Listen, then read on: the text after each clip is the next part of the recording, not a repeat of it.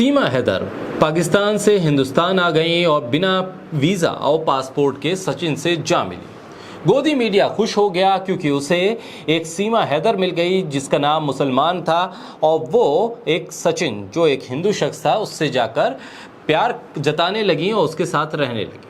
पाकिस्तान को लेकर, मुसलमानों को लेकर इस्लामोफोबिया से ग्रसित गोदी मीडिया इस पर खुश होने लगा, जश्न मनाने लगा, बिना ये सोचे समझे कि ये देश की सुरक्षा के साथ कितना बड़ा खिलवाड़ है।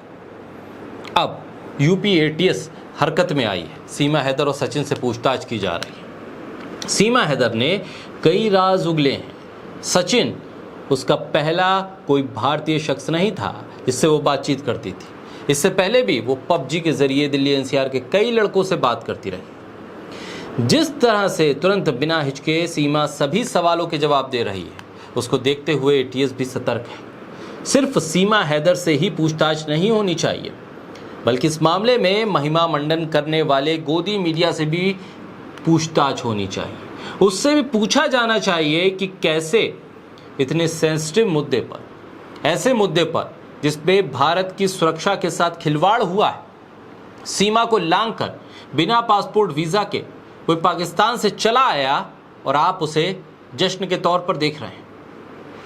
ये मीडिया का एक ऐसा रूप है जिसको लेकर देशवासियों को भी अब सोचना होगा। ये मीडिया पर भी बहुत बड़ा सवाल है। देश की सुरक्षा से जुड़ा मुद्दा था जिसमें मीडिया ने बहुत ही कैजुअल अंदाज में रिपोर्टिंग की। बोलता हिंदुस्तान पर मैं हूं आपके साथ मिर्जा शाकिर अली बेग। पाकिस्तानी लड़की सीमा हैदर और उसके प्रेमी सचिन से यूपी एटीएस पूछताछ कर रही है। सचिन और सचिन के पिता से 8 घंटे तक एटीएस ने पूछताछ की। पूछताछ के दौरान कई चौंकाने वाले खुलासे हुए। सचिन पहला हिंदुस्तानी युवक नहीं है जिससे सीमा पबजी के जरिए मिली थी। इससे पहले भी कई और भारतीय युवकों से वो संपर्क में थी।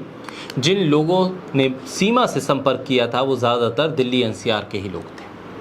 फिलहाल यूपी एटीएस सीमा और सचिन से अलग अलग पूछताछ कर रही है।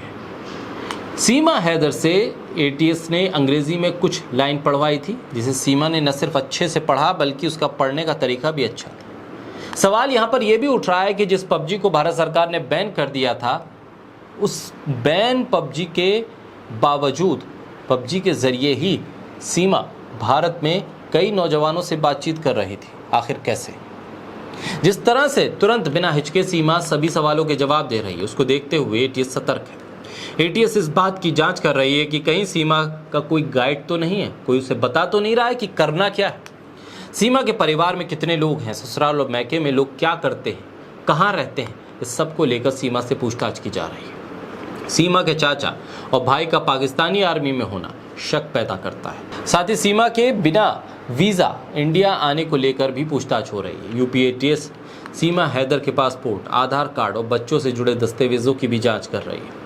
जांच के दौरान ग्रेटर नोएडा रबुपुरा थाने के थाना प्रभारी को भी बुलाया गया क्योंकि उन्होंने जो जांच की थी उनसे भी वो सबूत लिए गए और एटीएस उन जांच के मिले सबूतों को मिला रही है, अपने साथ उस जांच में उसे शामिल कर रही है। सीमा हैदर के आईएसआई और पाकिस्तानी आर्मी से कनेक्शन को लेकर भी जाँच हो रही है।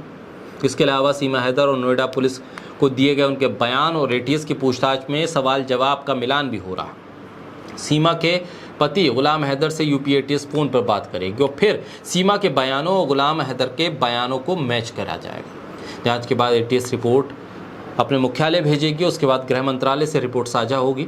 फिलहाल निगाहें एटीएस की जांच पर हैं। मार्च महीने में पहली बार सचिन और सीमा की मुलाकात काठमांडू में होती है। नोएडा के एक होटल में वो रुकते हैं, फिर मंदिर में जाकर शादी करते हैं। फिलहाल पुलिस नोएडा से लेकर काठमांडू तक सभी सोर्सेस को खंगाल रही है, पता लगाने की कोशिश कर रही है कि आखिर सीमा हैदर का भारत आना सिर्फ मात्र संयोग है, सिर्फ प्रेम है, या फिर इसके पीछे की एक पटकथा लिख दी गई है और ये महज एक किरदार है।